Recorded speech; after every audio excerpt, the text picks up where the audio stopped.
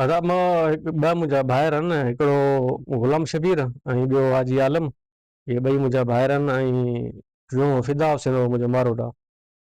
इहे टई, हिकिड़ो मुंहिंजो भाउ तक़रीबन 2007 में विला ऐं हिकिड़ो विला 13 में ऐं फिदा बि शायदि 14-15 में इन में विला। वारे वारे त ईंदा वेंदा आहिनि छुटी ते। राति जो 1:51 ते ॿियो मुंहिंजो सौट जो पुटु आहे, उन फ़ोन कई त तुंहिंजा भाइर ऐं फिदा हुसैन कमरे खे बाहि लॻी आहे ऐं जेको सो हमरा टई जेके से फौत थी विया आहिनि। मां चयो बस तूं चरियो थी वियो आहे।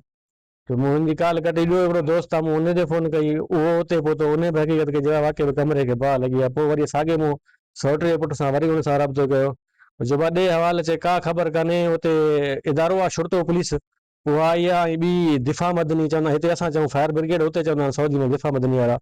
उहे बि पहुता आहिनि ऐं जेको सो डेड बॉडी कढी अथनि ऐं असांखे कोन ॾिनो, खणी विया आहिनि तहक़ीक़ात। ऐं कमरे ॿियो जेको रिहाइश वारो कमिरो आहे, ॿई रिहाइश वारा कमरा, हिकिड़ो त सड़ी वियो ऐं ॿिए जो सामान खाधे पीते वारो सभु खणी विया आहिनि चेकिंग जे लाइ। पोइ अञा ताईं का कंफर्म रिपोर्ट कान्हे त बाहि छा खां लॻी आहे।